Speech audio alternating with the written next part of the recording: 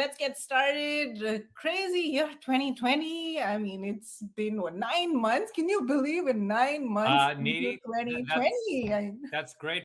Just a bunch of confusion surrounding. So give you an opportunity to fix that there. Correct that.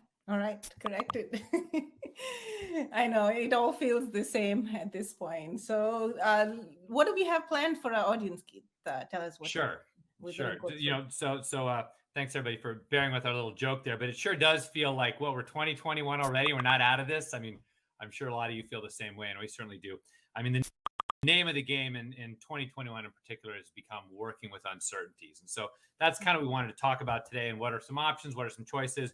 And more importantly, what are ways to think about, your events coming up clearly for the fall in particular, but even for next spring, how should you be thinking about this? So obviously there's many options and ideas that are floating around. And today our goal is to present a number of them for your consideration. So just kind of as we kick into this, Needy, just how many virtual events over the past 18 months has Paybee done? How many? So since you guys went headlong into virtuals, how many have you done? I'd say about 600-700 events. So good number of events.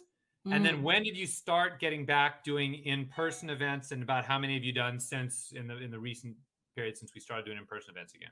I would say it started sometime this summer when things started opening up. Yeah. A lot of clients started to go back in person. At this point, again, it's a moment of chaos, right? Like, okay, what to do with Delta, and should we go virtual? Should we continue staying on course in person? Should we go hybrid? Right? That's absolutely right.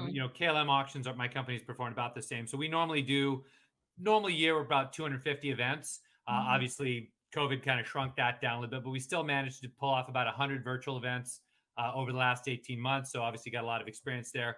And since we've come back, we did our first in-person event back in about mid-May, and we've probably done, normally would have done a lot more, but we've probably done about 24, maybe 25, 26 events in the last 4 months or so. So again, obviously we've had hundreds of discussions on these topics and now have a much better sense of what works and what's most effective than we did 18 or even 15 months ago. So hopefully our goal today is to give some of those recommendations to everyone here and kind of help people figure out where they should be focusing their energy.